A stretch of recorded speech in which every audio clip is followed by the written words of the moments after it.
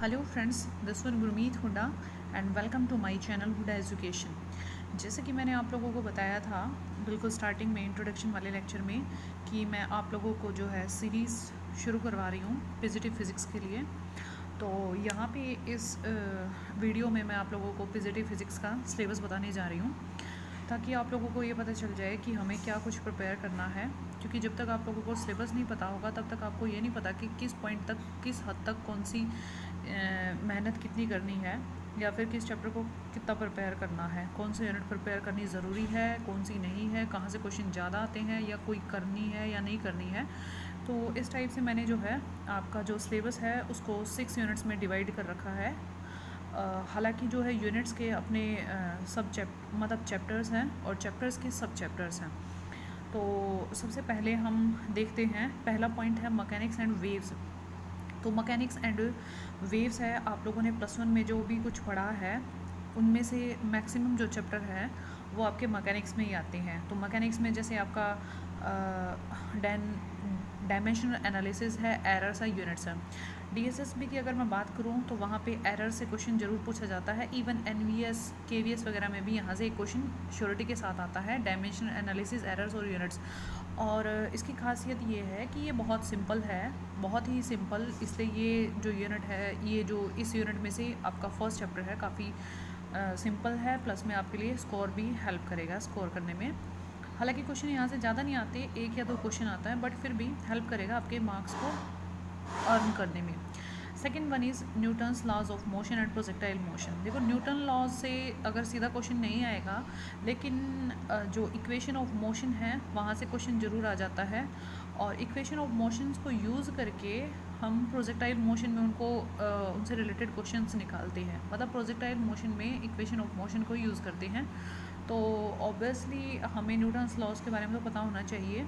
फिर इसके साथ यहाँ से बताया प्रोजेक्टाइल मोशन से भी श्योरिटी के साथ क्वेश्चन आता है, 1 से 2 क्वेश्चन यहाँ से निकल जाता है। Then rotational motion, rotational dynamics, centre of mass. मतलब आप इनर्शिया वगैरह से रिलेटेड बातें पढ़ते हैं कि मोमेंट ऑफ इनर्शिया क्या होता है, और डिफरेंट जो है बॉडीज़ होती हैं, जैसे सिलेंडर है, स्फीयर है, तो उनका मोमेंट ऑफ इनर्शिया आप पढ़ते हो, कहाँ पे उनका जो है सेंटर ऑफ मास लाई करता है। ये सब चीज़ें इस रोटेशनल डायनेमिक्स में पढ़ते हो, यहाँ से भी क्वेश्चन निकलता है।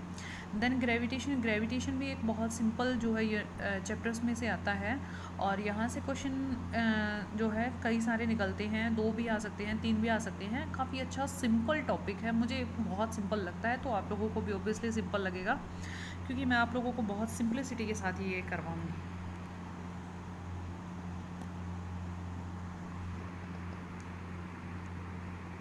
फिर इसके बाद है next is theory of relativity. अगर बात करते हैं थ्योरी ऑफ रिलेटिविटी की, तो हम देख पा रहे हैं यहाँ पे थ्योरी ऑफ रिलेटिविटी से भी क्वेश्चन पूछ लिया जाता है आप लोगों से। Then next one is oscillations and waves. Oscillations और वेव से, यहाँ से सिंपल हार्मोनिक मोशन से भी क्वेश्चन बनता है, प्लस में वेव्स से क्वेश्चन ज़रूर आता है। तो इसको हम आगे पढ़ेंगे, अपनी यूनिट को स्टार्ट करेंगे तो वहाँ पे अपने चैप्टर्स को पढ़ेंगे। देन वेक्टर्स है। वेक्टर्स जो है बहुत सिंपल टॉपिक है, बहुत इजी है और इम्पोर्टेंट है आप लोगों के लिए। वेक्टर से क्वेश्चन, वेक्टर्स में आप लोग देखते हो लॉज हैं, पैरेललोग्राम लॉ है, या फिर आपका triangle law of vector addition है, इस तरीके से। और वेक्टर्स में dot product, cross product, resolution of vectors, ये सारी चीज़ें पढ़ोगे। प्लस में यहाँ पे वर्क, पावर एंड एनर्जी एक टॉपिक है, ये बहुत सिंपल है। इवन जो है ये आप लोगों ने 9th 10th में पढ़ा होगा, और यहाँ से क्वेश्चन अगर आ जाए तो आप लोग आंसर कर सकते हो, लेकिन यहाँ से क्वेश्चन यूज़ करके कहीं और जो है मतलब किसी और चैप्टर में यूज़ करवा सकते हैं प्लस में, ठीक है। तो बहुत सिंपल है ये। इसके बाद हीट एंड थर्मोडायनेमिक्स है। देखो, थर्मोडायनेमिक्स जो है अपने आप में एक बहुत बड़ी यूनिट है, और यहाँ से जो है क्वेश्चन पूछते जाते हैं आप लोगों से। हीट, सबसे पहले हम हीट और थर्मो, और हीट से रिलेटेड बातें आई। एक हीट होता है, एक टेम्परेचर होता है, इन दोनों में फ़र्क होता है। बहुत सारे स्टूडेंट्स को ये तो यही नहीं पता होता कि हीट और टेम्परेचर में क्या डिफरेंस है, तो मैं आप लोगों को डिटेल में बताऊंगी आगे। लेकिन यहाँ से फिर थर्मोडायनेमिक्स, और थर्मोडायनेमिक्स में ही आती हैं आपकी kinetic theory of gases, equation of state. Then next one is thermodynamic relations, potential and law temperature, और एक क्वेश्चन रेडिएशन से आता है जहाँ पे आप स्टीफन्स लॉज वगैरह पढ़ते हो। और यहाँ से भी क्वेश्चन बन जाता है आपका, यहाँ से क्वेश्चन आता है। ठीक है, नेक्स्ट वन इज़ आपका ज्योमेट्रिकल फिजिकल ऑप्टिक्स है। ज्योमेट्रिकल और फिजिकल ऑप्टिक्स में से आपका एक फर्मेट प्रिंसिपल है, यहाँ से भी क्वेश्चन देखा है पुराने पेपर्स में मैंने। Then optical instrument, Huygens principle and interference, और diffraction, polarisation and scattering, fibre optics and laser. कुल मिला के यहाँ से क्वेश्चन जो है आपका आता ही आता है। एक ऑप्टिकल इंस्ट्रूमेंट से पूछ ले जाता है, एक आपके इंटरफेरेंस डिफ्रैक्शन से, डिफ्रैक्शन और इंटरफेरेंस से भी क्वेश्चन पक्का आता है, श्योर है ये। तो आप प्लीज़, और हाँ पोलराइजेशन, पोलराइजेशन में एक क्वेश्चन पोलराइड्स से जो है रिलेटेड आता है कि इस डिग्री से दो पोलराइजर्स हैं जो, या पोलराइड्स हैं, उनको आपस में रखा जाता है तो कितनी इंटेंसिटी ऑफ लाइट वहाँ से पास होगी, मैं आपको बताऊंगी वो क्वेश्चन, लेकिन वहाँ से क्वेश्चन ज़रूर आ जाता है। ठीक है, चलो next one is electricity and magnetism. ये जो है आप लोगों ने 12th में पढ़ा होगा इनके बारे में।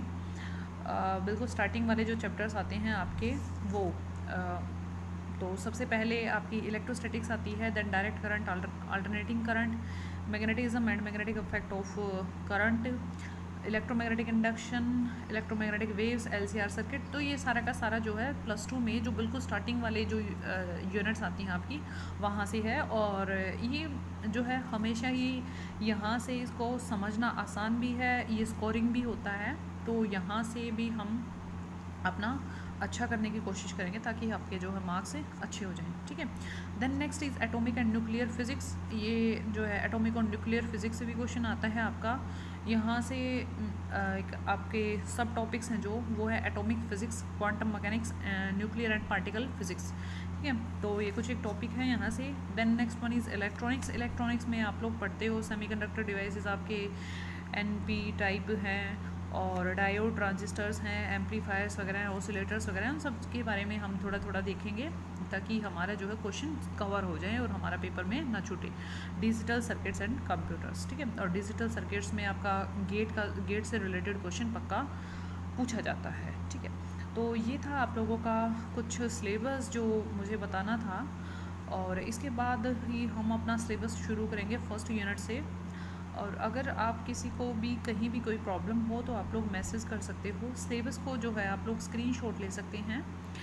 और इसके अलावा मेरा जो मकसद है यहाँ पे वो ये है कि आपको जब मैं कोई भी टॉपिक करवाऊंगी तो उसकी हर एक जो है क्वेश्चंस है, हर एक प्रॉब्लम को साथ करवाएंगे।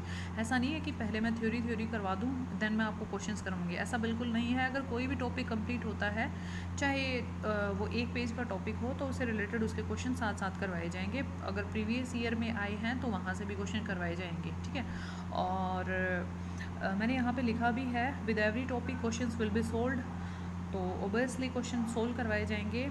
और अगर आपको कहीं और भी क्वेश्चन मिलते हैं और आपसे सोल्व नहीं हो पा रहा है तो आप लोग मैसेज कर सकते हैं क्वेश्चन को, मैं डेफिनेटली उसको सोल्व करके जो है आप लोगों तक पहुंचाऊंगी। ठीक है, और मैंने लिखा है कि माय फोकस या मेरा टारगेट क्या है कि मेरा जो बेस्ट कॉन्सेप्ट है, मेरे पास जितनी भी नॉलेज है मैं उसको आपको दे सकूं ताकि आप अपना जो है एग्ज़ाम क्लियर कर सकें।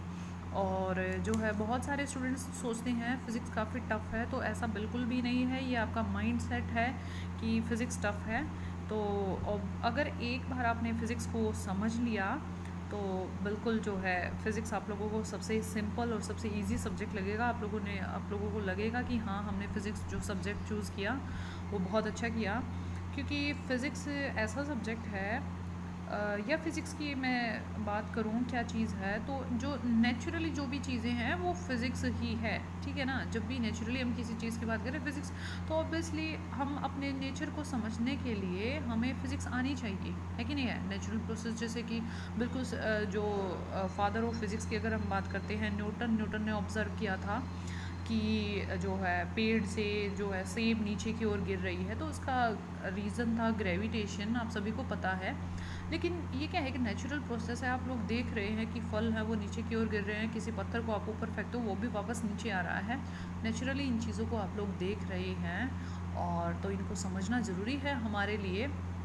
अगर आप लोग जैसे अभी आजकल गर्मी का टाइम है, तो आप लोग जो है गर्मी लगती है तो आप पंखे चलाते हो, कूलर चलाते हो, एसी, एवरीथिंग, हर एक जो चीज़ है वो किसको लिए बैठी है, फिज़िक्स, इनके पीछे फ़िज़िक्स है। तो आप लोग जो है प्लीज़ मेरे साथ कोऑपरेट कीजिएगा, और अगर कोई प्रॉब्लम होगी तो पूछ लीजिएगा। ये आप लोगों का सिलेबस था जो मुझे आप लोगों को बताना था। और अगर आप लोगों को मेरी बातें अच्छी लगे या मतलब लगे कि मैं आप लोगों को अच्छा करवा रही हूँ, तो ऑब्वियसली प्लीज़ मेरे चैनल को शेयर कीजिएगा, सब्सक्राइब कीजिएगा ज़्यादा से ज़्यादा। और जिन भी स्टूडेंट्स को जो है दिक्कत है कि वो कोचिंग वोचिंग नहीं ले पाते, तो यहाँ पे हेल्प होगी आप लोगों की। तो please share and subscribe my channel. Thank you.